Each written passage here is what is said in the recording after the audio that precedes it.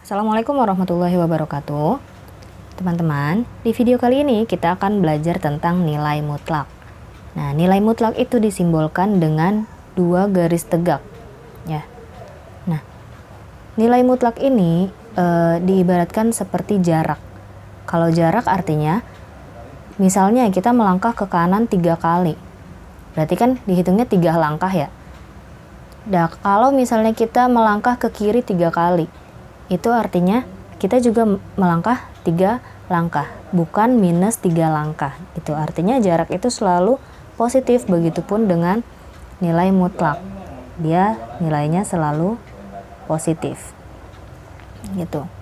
Nah, di sini ada nilai mutlak X, itu adalah jarak X terhadap 0, atau sebaliknya, jarak 0 terhadap X. Nah, ada nilai mutlak X min Y, itu adalah jarak X terhadap Y, atau sebaliknya, jarak Y terhadap X. Contohnya seperti tadi. Ini kita buat di garis bilangan. Garis bilangan tengahnya 0. Ke kanan itu positif. Ini misalnya aja ya. Nah, jarak antara 0 dengan 4. Ya, jarak antara 0 dengan 4 berarti kan berapa langkah? 1, 2, 3, 4. Ini kan jaraknya 4 langkah ya. Kalau ditanya jarak antara 0 dengan minus 4, berarti kan 1, 2, 3, 4 juga kan ya? Sama-sama 4. Artinya, ini tadi kita dari 0 ke 4, itu nilai mutlak 4. Hasilnya 4. Dari 0 ke minus 4, ini nilai mutlak minus 4. Hasilnya 4 juga. Jadi nilai mutlak itu tidak ada yang minus. Nah, jadi teorinya seperti ini teman-teman. Nilai mutlak X itu bernilai X ketika X-nya itu lebih besar daripada 0 atau sama dengan 0. Artinya X-nya ini positif.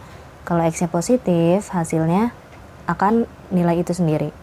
Nah, kalau misalnya nilai mutlak X untuk X yang kurang dari 0 atau X-nya negatif, maka hasilnya adalah minus X. Kok minus X? Tadi kan katanya nggak ada yang negatif, selalu positif ya. Nah, contohnya gini. X-nya ini kan untuk yang negatif. Berarti, misal, contoh, minus 3, nilai mutlak dari minus 3. Ini kan artinya X-nya kurang dari 0 ya. Hasilnya akan menjadi minus X. Minus X-nya itu minus 3. Minus 3. Minus ketemu minus, plus. Ya. Jadi tetap, walaupun X-nya minus, nilai mutlaknya akan tetap positif. Seperti itu ya. Nah, kita masuk ke contoh ya. Di sini ada nilai mutlak dari 8. Ini kan sudah positif, berarti langsung dapat hasilnya positif 8. Nah, nilai mutlak dari minus 12, berarti minus 12. Atau boleh juga langsung dijawab 12, seperti itu. Nilai mutlak dari setengah, berarti setengah. Tetap ya. Nah, nilai mutlak dari minus 4/5. Nah, kalau mau dibuat seperti ini, minus-minus juga boleh. Atau mau langsung juga boleh, jadi langsung 4/5.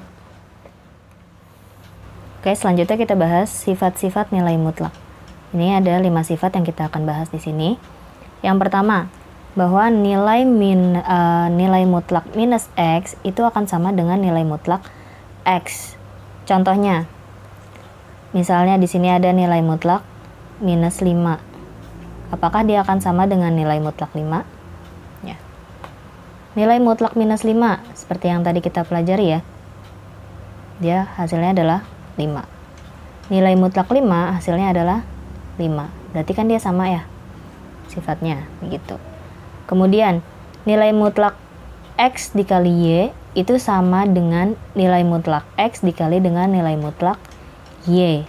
Misalnya, ada nilai mutlak 2 dikali 3 dengan X dan Y yang sama ya, tapi mutlaknya dipisah. Nilai mutlak 2 dikali nilai mutlak 3. Nah, kalau kita hitung di dalam nih, nilai mutlak 2 kali 3 itu kan masih di dalam ya. Masih di dalam kurung mutlaknya ini. 6. 2 kita keluarkan dari mutlaknya berarti kan tetap 2 ya. 3 nilai mutlak dari 3 adalah 3. Nilai mutlak dari 6 itu adalah 6. 2 dikali 3 6 ya. Berarti ini sifatnya sama. X dikali Y di dalam satu kurung mutlak atau nilai mutlak X dikali nilai mutlak X dalam kurung yang berbeda, itu nilainya sama. Kemudian yang ketiga, ada nilai mutlak X kuadrat dengan nilai mutlak X yang dikuadratkan. Jadi yang satu kuadratnya di dalam kurung, yang satu lagi kuadratnya di luar kurung. Ternyata ini nilainya sama. Contohnya, di sini misalnya ada 5 kuadrat, nilai mutlak dari 5 kuadrat. Kemudian yang di sini misalnya 5 kuadratnya di luar ya. Nah, kita hitung nih, 5 kuadrat berapa? 25 kan ya, tapi masih di dalam kurung mutlak. Kemudian 5 nilai mutlak dari 5 adalah 5. Kuadratnya masih ada di luar. Nah, nilai mutlak dari 25 adalah 25. Kemudian 5 pangkat 2 adalah 25. Berarti ini sama gitu. Kemudian yang keempat, nilai mutlak X dikurang Y itu akan sama dengan nilai mutlak Y dikurang X. Contohnya, di sini ada misalnya nilai mutlak 7 dikurang 5 sama dengan Y dikurang X, berarti Y-nya di depan ya. 5-nya di depan. 5 dikurang 7. Sama kan ini nilainya? Kita coba. 7 dikurang 5 hasilnya adalah 2. Masih di dalam kurung mutlak. 5 dikurang 7 hasilnya minus 2. Masih di mutlak. Nah, nilai mutlak dari 2 adalah 2. Kemudian nilai mutlak dari minus 2 adalah 2 juga. Berarti ini sifatnya adalah sama.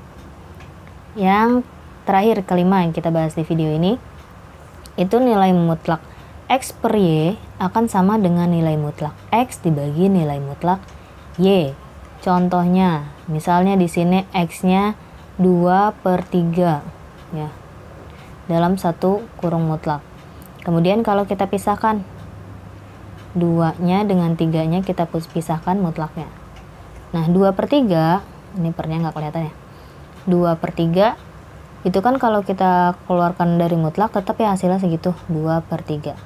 Nah, kemudian ini kalau kita keluarkan, nilai mutlak 2 adalah 2, nilai mutlak 3 adalah 3. Sama juga kan ya? Gitu. Oke teman-teman, kita lanjut ke contoh soal. Di sini ada contoh soalnya.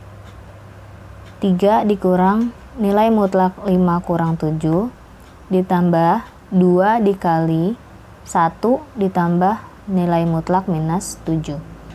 Nah, kita kerjakan, tapi jangan lupa perhatikan kurung-kurungnya ya. Jadi yang diutamakan dikerjakan duluan adalah yang di dalam kurung gitu. Jadi yang lain turun dulu, nggak apa-apa. Jadi ini 3 kan belum ada temennya ya, kita turunin dulu nih 3 gitu. Kemudian ini nilai mutlak 5 dikurang 7, berarti 5 kurang 7 adalah minus 2. Ditambah ini, jangan langsung dikalikan, tapi kerjakan dulu yang di dalam kurung. Berarti 2-nya tetap, 1-nya tetap. Nah, ditambah nilai mutlak dari minus 7 berapa?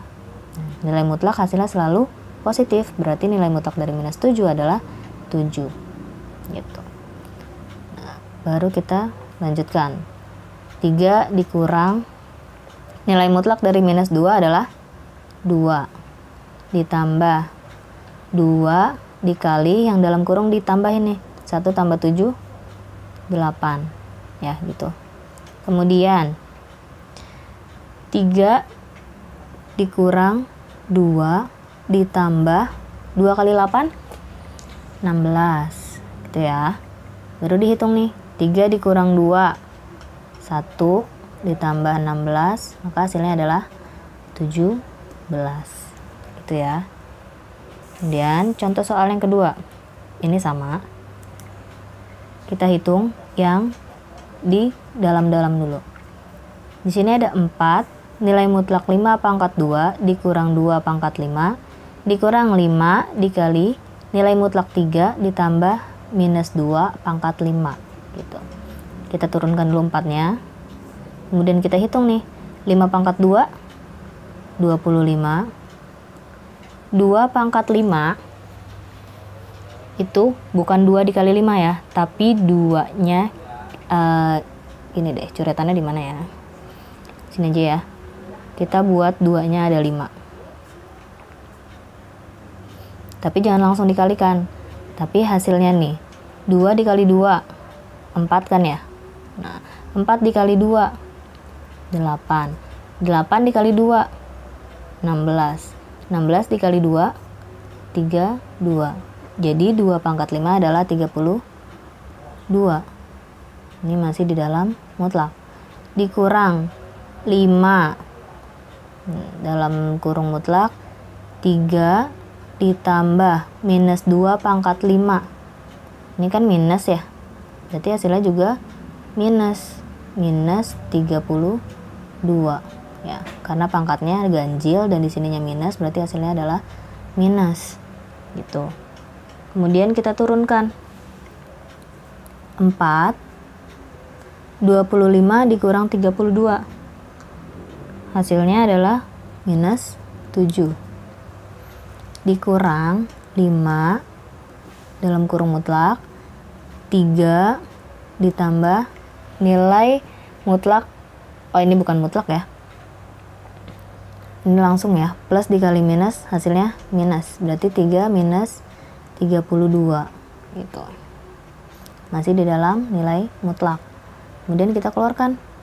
Nah, nilai mutlak dari minus 7 adalah 7. Kita ganti dengan tanda kurung biasa ya, artinya dia sudah bukan mutlak lagi. Ini 5. 3 dikurang 32. Hasilnya adalah 29. Minus 29, maaf. Minus 29. Masih di dalam mutlak ya. Kemudian 4 kali 7 hasilnya 28 dikurang 5 dikali nilai mutlak dari minus 29 adalah 29. Baru kita hitung lagi. 28 dikurang 5 kali 29 itu hasilnya adalah 145.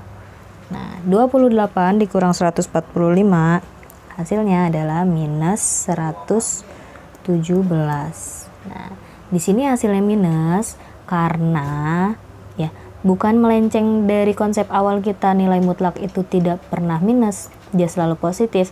Tapi karena ini operasinya bukan hanya nilai mutlak saja, sudah bergabung dengan operasi hitung biasa gitu. Nah, kalau misalkan tadi dari mutlak-mutlaknya itu kan tetap ya kita pakai konsep awalnya nilai mutlak itu selalu positif. Ini juga selalu positif kan. Seperti itu ya teman-teman.